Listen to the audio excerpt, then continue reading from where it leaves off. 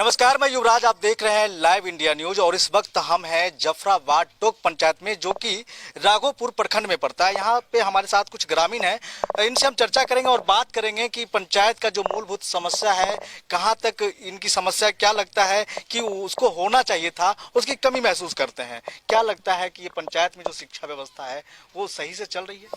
चल रही है एकदम। स्थिति जो है स्कूल का एकदम जर्जर है। सब स्कूल कुछ ढह रहा है, कुछ में मान भवन नहीं है। वहाँ जो एगो सार्वजनिक स्कूल बना था, कैलाश महतो अथी शिवालक महतो का टोला, वो वहाँ नवसर्जित प्राथमिक विद्यालय मरई में चलता था और आज के दिन में वो विद्यालय जो है कि टैगिंग करा के चलाया जाता है जफराबाद टोक प्राथमिक विद्यालय में। और वो स्कूल वहाँ पे भवनहीन है, वहाँ भवन का कोई व्यवस्था नहीं है, वो मरई टूट गया है। उसके बाद इसको टैग कर दिया गया। इसी तरह से मिर्जापुर में भी इसी तरह का प्राथमिक स्कूल था, वो आज के दिन में उसको भी टैगिंग करके किसी दूसरे स्कूल में चलाया जा रहा है। जफराबाद पंचायत में इस तरह से सारे स्कूल जो है जो भवनहीन है, जर्जर स्थिति में पाया जा रहा है। मास्टर की रुचि जो है, किसी तरह का मतलब बच्चा जाता नहीं है, बच्चा को ठीक से पढ़ाया नहीं जाता है और बहुत सारा खामियां है जो कि पदाधिकारी लोग जो है कि पूछते नहीं है। मास्टर को कहने पे कहा जाता है कि आप हमको बहाल नहीं किए हैं और उसका शिक्षा पदाधिकारी जो है तो कुछ उन पे कार्रवाई नहीं करते हैं। शिक्षा मंत्री जो है भवन के लिए कुछ नहीं सोचते हैं। अच्छा, क्या लगता है किसी भी स्कूल में बाउंड्री नहीं है। मास्टर साहब आते हैं टाइम पे स्कूल पे? मास्टर साहब टाइम पर आए या ना आए, स्कूल में तो आपका बाउंड्री नहीं है। सीसीटीवी कैमरा होना चाहिए स्कूल में, एक भी स्कूल में सीसीटीवी कैमरा नहीं है। किसी तरह का पार्सनिक जो नहीं है वो तो नहीं है, लेकिन मास्टर साहब हैं तो उनको तो कम से कम टाइम पे आना चाहिए। आते हैं? नहीं, मास्टर साहब टाइम पे नहीं आते हैं। जैसे शिवजी पंडित देख लीजिए, कोरोना काल में जो है कि 80 कुंटल अनाज को गबन किए हुए हैं। आज तक कभी भी कितना बार लेटर पैड पे लिख के दिए मुखिया जी, कुछ सुनवाई नहीं हुआ। और उन्होंने कहा कि हम 80 कुंटल के बदले में 60 कुंटल जनता को देकर इससे हम छुट्टी ले लेंगे, लेकिन कहने पे जो है कि उल्टा वो दिए नहीं और उसके बाद केस कर दिए। पंचायत के शिक्षा व्यवस्था पे आज से नहीं, पिछले कई सालों से सवाल खड़ा होता रहा है और आज भी वही सवाल खड़ा हो रहा है।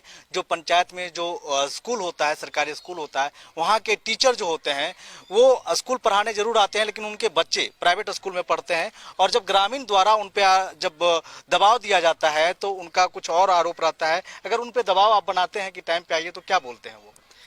दबाव बनाने पे वो बोलते हैं कि आप हमको थोड़ी बहाल किए हैं, हमको तो शिक्षा विभाग बहाल किया है, आपका पदाधिकारी है मेरा, शिक्षा मंत्री है मेरा, वो हमसे सवाल करेंगे, आप हमसे सवाल करने वाले। इस तरह का बात बोलते हैं वो लोग।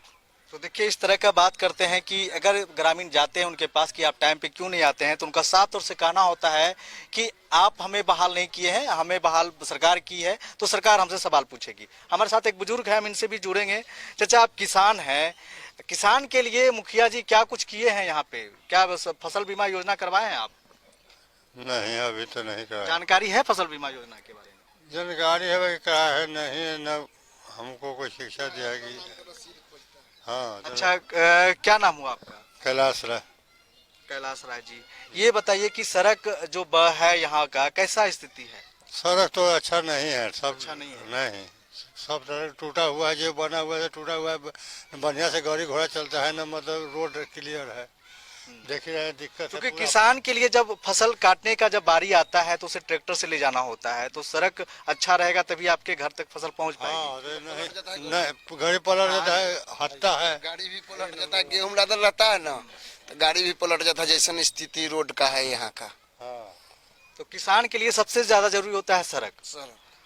तो किसान के लिए क्या यहाँ के जो प्रतिनिधि हैं, सबसे निचला जो होता है ग्रामीण पंचायत में सड़क कहूँ क्लियर नहीं है, कहीं क्लियर नहीं, सब तो टूटा फूटा है। मतलब कहूँ इनको जिम्मेदार मानते हैं आप जी? इसके लिए किसको जिम्मेदार मानते हैं? ये सड़क के लिए जिम्मेदार यहाँ, जैसे सड़क तो बनवे करता है, बाकी जो गंगा के पानी जब आता है ना सावन भादो में, उस पानी से दह करके कुछ खंघर फंघर जाते हैं, उसलिए ज्यादा जर्जर हालत सड़क का यहाँ का, जो कि सड़क को कुछ ऊंचाई चाहिए यहाँ। तो देखिए, ये गंगा के किनारे ये पंचायत है जिसका नाम है जफराबाद टोक, और यहाँ गंगा जब आती है, बारिश के मौसम जब होता है, अगस्त का महीना होता है, तो ये गंगा का पानी गांव तक आ जाती है, जिसके वजह से सड़क भी खराब हो जाता है। ये बताइए शिक्षा व्यवस्था के बारे में आपका क्या राय है? शिक्षा व्यवस्था यहाँ पर है नहीं, कुछ भी नहीं। कुछ भी नहीं। कैसे बच्चे कैसे यहाँ पे बच्चा कुछ मिलता ही नहीं है, न खाने का मिलता है, लोग चॉकलेट बांटता है, बिस्कुट बांटता है, सब कुछ नहीं मिलता है यहाँ पर। मास्टर ही नहीं आते हैं यहाँ पर। साल में कभी हुआ 15 दिन आए, नहीं आए, यो चलेगा। मास्टर का मनमानी चलता मनमानी चलता है, यहाँ किसी को नहीं चलता है, न यहाँ किसी को सुनता है। देखिए आंगनबाड़ी की आप सच्चाई हम जाने का प्रयास करें। क्या आंगनबाड़ी के बारे में बोल रहे थे? आंगनबाड़ी में पढ़ाई नहीं होता है बच्चे लोग के, नहीं होता है नहीं। और आंगनबाड़ी जो है हर दिन का वो खाना मिलता है? नहीं, आंगनबाड़ी में एगो चॉकलेट भी नहीं मिलता है, कुछ नहीं। चलिए बच्चा लोग से हम पूछवा देते हैं। कौन है यहाँ के आंगनबाड़ी, कौन है? हमारा 2 नंबर वार्ड में है वो आंगनबाड़ी, आस्थानंद जी के परिवार है। तो क्या उनसे कभी मिले नहीं? क्या वो मिले हैं, वो लोग आते हैं, नहीं आए तो उधरे अपना मोहनपुर बना हुआ है, उसमें बाकी उसमें पढ़ाई नहीं होता है। गाय भैंस आंगनबाड़ी बहाल भी है, आंगनबाड़ी होंगी ना? हाँ बहाल है, बाकी उसमें गाय भैंस बना हुआ, गाय भैंस बना हुआ, हाँ, सारा कागज पे चल रहा है। हाँ। तो देखिए यहाँ का स्थिति बड़ा ही बदहाल है, समस्या का भरमार है, और यही है राघोपुर प्रखंड के जफराबाद टोक पंचायत। और यहाँ पे जो स्कूल में जो है से बच्चा लोग के मिलता है खाना, खिचड़ी चाहे और कोई भी सामान है, वो अपना घर से थाली और कटोरा लेके जाना पड़ता है, तब वहाँ मिलता है। उसको लिए भी चाहिए ना वहाँ मास्टर साहब के, वहाँ बर्तन उर्तन थाली उली ला के बच्चे लोग के देने के लिए, वो लोग अपना घर से लेके जाते हैं। सबसे बड़ी बात एक और आपको हम बताना चाहेंगे, जफराबाद और जहांगीरपुर पंचायत में करीबन 20,000 की आबादी है, और यहाँ पे आपका बीच में 2-3 सोता पड़ता है, उसको पार करके रुस्तमपुर ओपी थाना जाना पड़ता है। लेकिन किसी तरह का प्रशासनिक व्यवस्था नहीं है। डिप्टी सीएम का ही क्षेत्र है, आपका माननीय उप मुख्यमंत्री जी का क्षेत्र है, उसके बावजूद में कम से कम 20,000 आबादी होने के बावजूद यहाँ एक थाना चौकी तक की नहीं है। किसी तरह का बात विवाद होने पे रुस्तमपुर ओपी, राघोपुर थाना, एसपी डीएसपी को कॉल करने पे बहुत मशक्कत से जो है कि यहाँ पे प्रशासनिक व्यवस्था मिल पाती। इस तरह का मतलब कि यहाँ पे दिक्कत है। तो बिहार की सबसे बड़ी पार्टी आरजेडी कहलाती है, और आरजेडी से यहाँ पे जो डिप्टी सीएम है वो तेजस्वी यादव यहाँ से विधायक हैं और अभी डिप्टी सीएम है, और उसके बावजूद भी ये राघोपुर अभी भी पिछड़ा है। हाँ, आपका एक मिनट, क्या बोले मुखिया जी? काट लीजिए। आपका बीच में जमालपुर ढाब पड़ता है और जफराबाद पंचायत में वो एक बहुत बड़ी सोता है, उसमें एक पुल जो है, किस योजना से है, पुल निगम से है, क्या है वो हमको तो नहीं, पुल निगम से है। आपका करीब 4 साल से वो जो है कि बनता है, 30 दिन काम होता है, 15 दिन काम होता है, फिर एक बार पानी आया वो दह जाता है।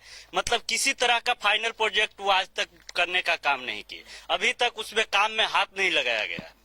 और वो काम का जो है कि कभी मतलब काम किए, आए 2 महीना कर दिए, फिर चले गए, फिर दह गया, फिर किस तरह का बात करते हैं, अभी तक चालू नहीं हुआ। 4 साल हो गया वो पुल के, और लोगों को आवागमन के पूरा मतलब कठिनाई होती है। पानी आ जाने के बाद नाव की स्थिति नहीं होता है। वो पुल बनना बहुत जरूरी है, लेकिन किसी तरह का मतलब वो नहीं हो रहा है। 4 साल से एक ही योजना पे काम चल रहा है, कहाँ का ठेकेदार है क्या है कुछ पता नहीं चलता है, यहाँ के लोग उनसे मिल नहीं पाते हैं। तो देखिए बिहार की सबसे बड़ी पार्टी आरजेडी कहलाती है, और आरजेडी से यहाँ पे तेजस्वी यादव विधायक हैं और अभी सरकार में भी हैं। उसके बावजूद भी सरकार में रहते हुए भी उनका ही क्षेत्र है, और उनका क्षेत्र यहाँ पे पिछड़ा हुआ है। किसी भी क्षेत्र में आप देख लें, यहाँ ना सड़क है ढंग का, ना यहाँ पे शिक्षा है ढंग का, ना यहाँ पे स्वास्थ्य है। यहाँ पे समस्याओं का भरमार है। उसके बाद भी लोग उनको प्यार देते हैं। पथ निर्माण विभाग भी उन्हीं के पास, हाँ, पथ निर्माण विभाग भी उन्हीं के पास है, लेकिन उसके बावजूद भी ये विधानसभा क्षेत्र अभी भी पिछड़ा हुआ है। तो इसी तरह के खबरों से अपडेट रहने के लिए देखते रहिए लाइव इंडिया न्यूज, और अपना कमेंट, अपना प्रतिक्रिया देना ना भूलें। धन्यवाद।